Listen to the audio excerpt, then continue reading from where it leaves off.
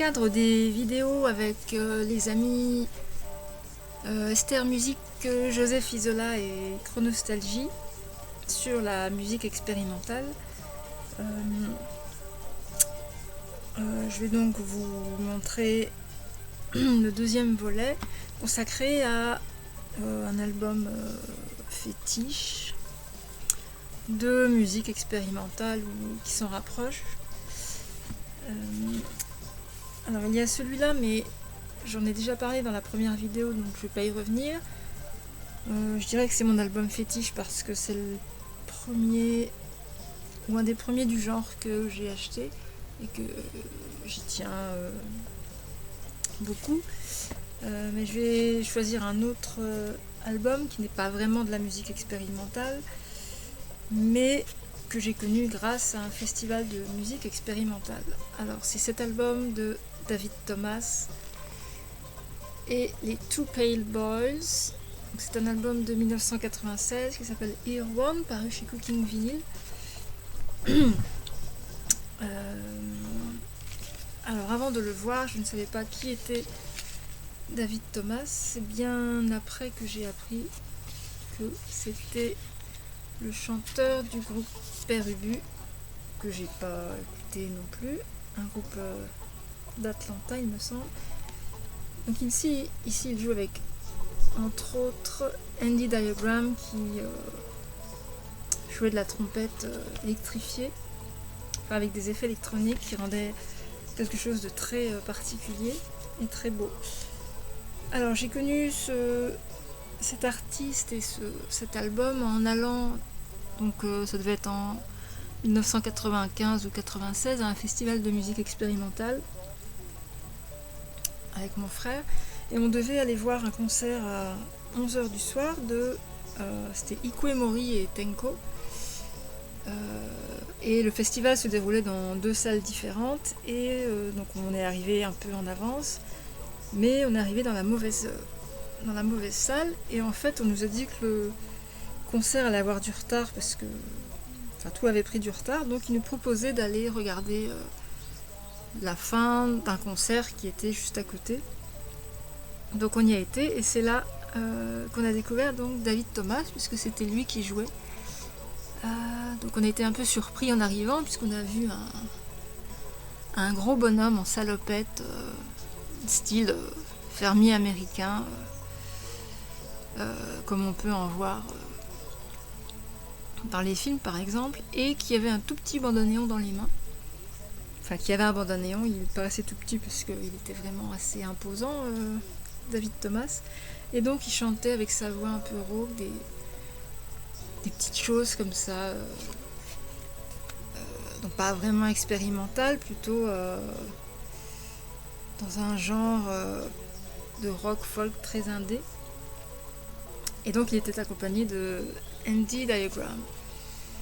Et donc on a beaucoup aimé ce concert, et donc à la fin ils vendaient certains albums, donc j'ai pris celui-là au hasard, parce que la pochette elle était jolie déjà, et c'était peut-être le dernier en date. Donc j'y tiens beaucoup aussi à celui-là. J'ai un autre album de David Thomas et les Two Pale Boys également.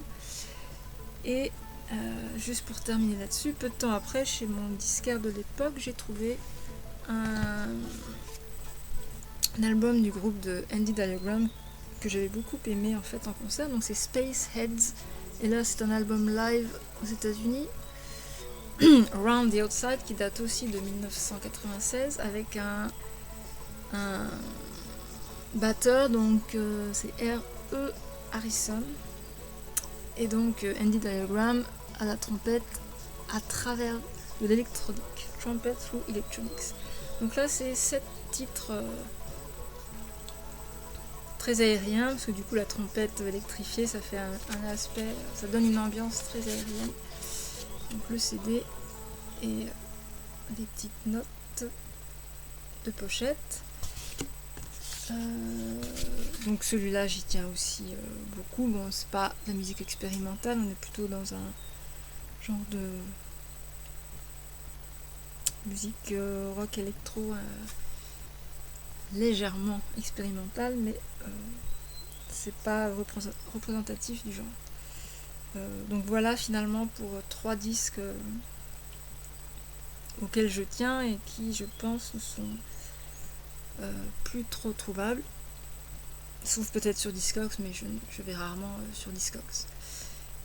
Donc voilà, c'était ma participation aux petites vidéos sur ce genre musical. Merci d'avoir regardé, à bientôt.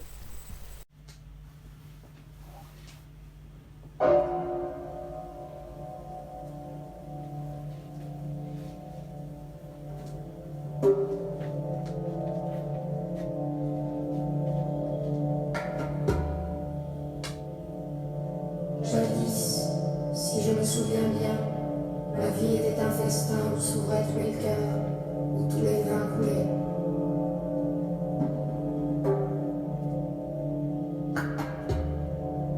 Un soir, j'ai assis la beauté sur mes genoux, et je l'ai trouvée amère, et je l'ai injuriée.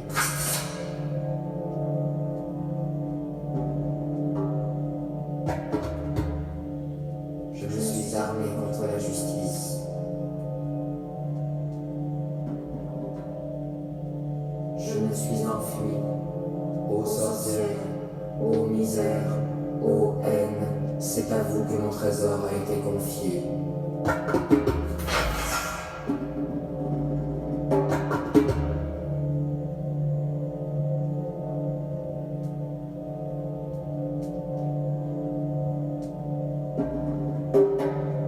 Je parvins à faire s'épanouir dans mon esprit toute l'espérance humaine. Sur toute joie pour étrangler, j'ai fait le conçu de la métamorphose.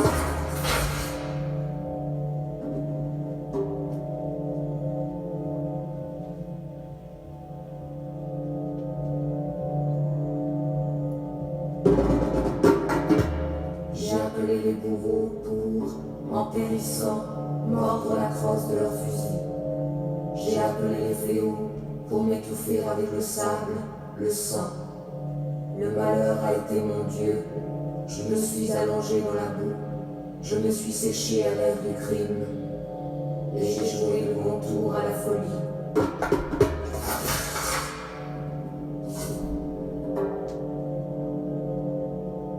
Et le printemps m'a apporté l'affreux rire de l'idiot.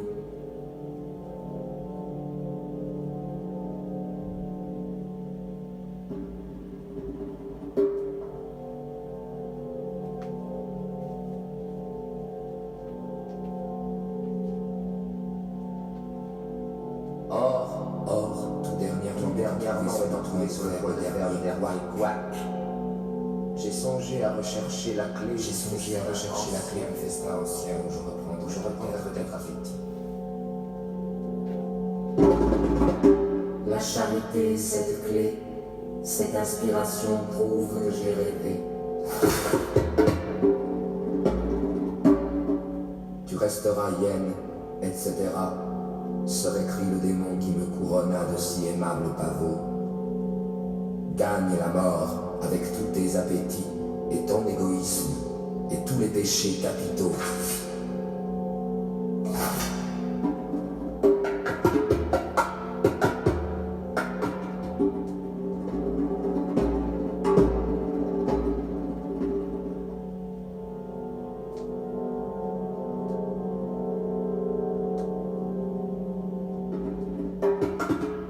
Ah, j'en ai trop pris. Je l'ai, cher Satan, je vous en conjure, une prunelle moins irritée. Et en attendant les quelques petites lâchetés en retard, vous qui aimez dans l'écrivain l'absence des facultés descriptives ou instructives, je vous détache de quelques deux feuillets de carnet de l'année.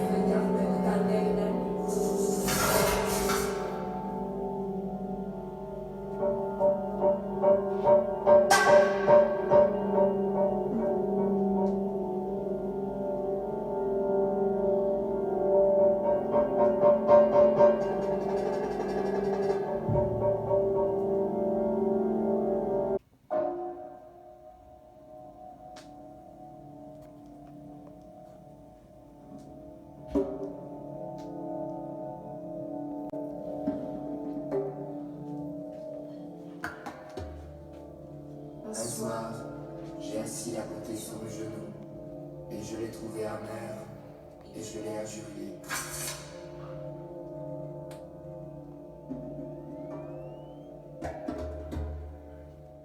Cro-Magnon.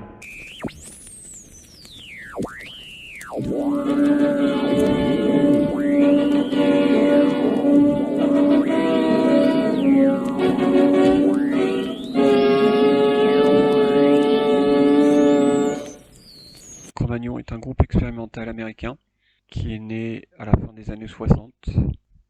Il est composé de 6 membres, pour la plupart issus du Boss Blues, groupe qui commettra 2 singles que l'on peut qualifier de rock psychédélique dans les années 67 et 68.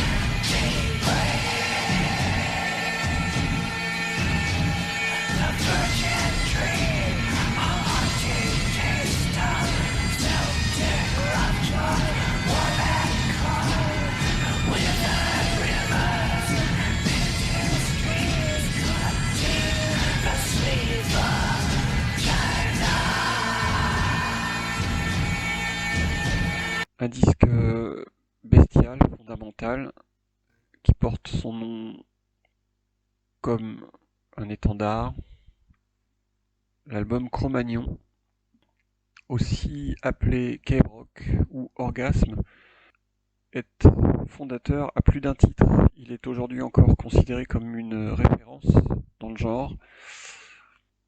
On ne compte plus le nombre de groupes qui s'en sont inspirés, entre les groupes de noise rock, de no wave, d'industriel, ou plus récemment la vague de noise et de musique expérimentale en tout genre. C'est un album éblouissant.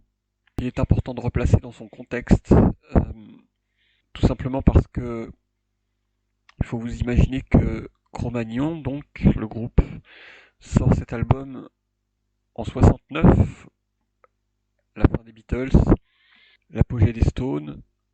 On sort à peine du Flower Power. Vont émerger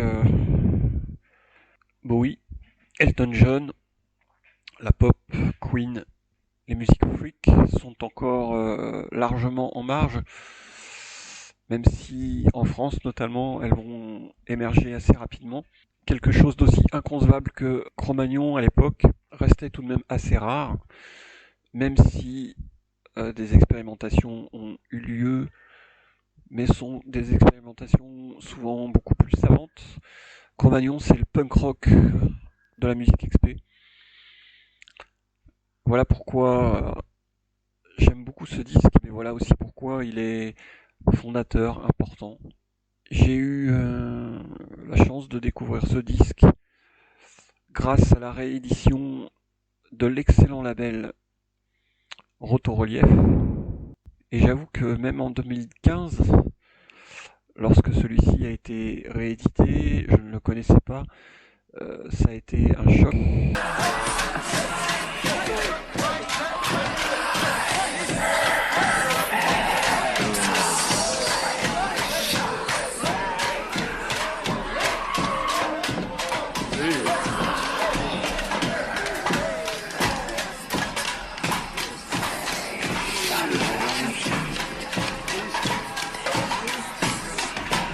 Cro-Magnon. C'est un album fondateur, noise avant-gardiste, expérimental, prog rock, psychédélique, qui navigue sur plusieurs eaux et qui amène le rock vers l'art brut ou l'art brut vers le rock.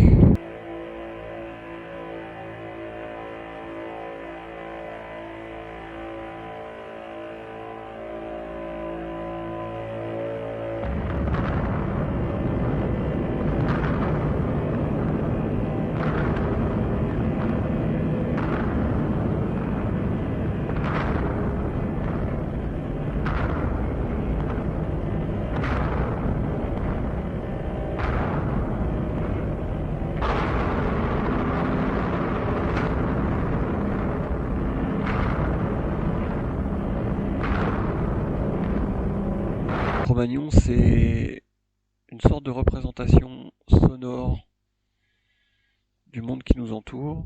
Serions-nous par hasard en train de régresser? Serions-nous par hasard obligés de faire appel à notre plus vieille mémoire pour nous souvenir de qui nous sommes? Serions-nous par hasard devenus si inconsistants que nous détruisons, délavons, défaisons tout ce que nous avons entrepris? Serions-nous par hasard en train de devenir une sorte de Cro-Magnon? Serions-nous par hasard en train de devenir une forme d'ancêtre à rebours des Cro-Magnons?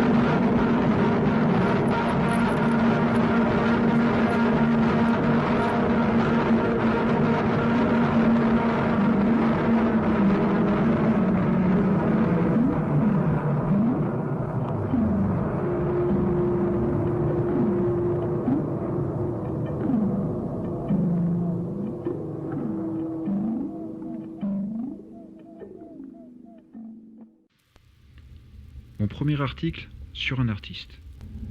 Alors, c'est une première? Oui. Et qui plus est dans un genre musical que je commence à explorer dans ses représentations les plus retranchées, voire même obscures. C'est osé. Mais comme disait Alain à Joséphine, bref. C'était pour me chauffer mes neurones du dimanche matin et introduire le sujet de façon volontairement maladroite, voire même expérimentale. Oui, mon premier article, disais-je, sur Cole Galbraith. C'est périlleux. C'est donc avec le casque audio vissé sur les oreilles, en écoutant son live du 24 juillet 2017 au Royal Room de Seattle, que je m'en vais risquer ma plume. Là où certains ne jurent que par la virtuosité d'un solo de guitare endiablé, d'autres la recherchent dans le placement intentionnel et attentionné d'effets Larsen, de cordes saturées, de feedback et d'objets percussifs d'origine parfois mystérieuse. Ma foi, mes écoutes schizophréniques, entre guillemets, me faisant apprécier les deux. Car oui, au-delà des expérimentations sonores issues d'instruments et objets de toute nature, des crépitements, des voix inquiétantes, barres d'acier, des guitares et basses saturées, des microphones soulevants, des onduleurs et modulateurs, c'est avant tout l'absence de signature rythmique qui pourra déstabiliser les auditeurs disciplinés au clic métronomique et conventionnel des enregistrements de studios passés, présents et probablement à venir. Une absence de signature rythmique, non solum sed etiam. Le constat a priori d'une absence de mélodie et d'harmonie de cette musique pourra également rebuter les oreilles non averties. Mais il n'est pas certain que ces deux composantes ne soient vraiment absentes, tout au moins l'une des deux. Car, là où il y a effet Larsen, la note harmonique se fait entendre à une ou plusieurs octaves, traduisant ainsi l'intervalle de fréquence et donc à minima l'harmonie. Mais, trêve de théorie musicale asséchante et laissons place à l'ambiance musicale que propose Cole Galbraith pour nous enjoindre à un voyage au travers de peintures sonores. Des images apparaissent, au-delà des sons, indubitablement. Mais si cette musique peut se suffire à elle-même, les yeux fermés par exemple, c'est en superposition avec des images de notre réalité qu'elle peut en transformer la perception.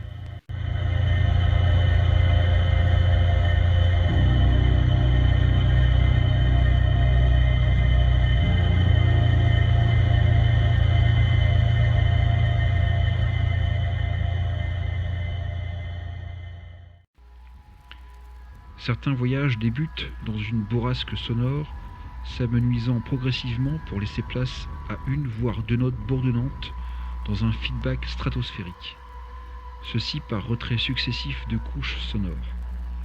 D'autres voyages proposent l'inverse. D'autres font régner une ambiance particulièrement oppressante et digne de films d'épouvante tournés dans un village reculé des plaines états-uniennes.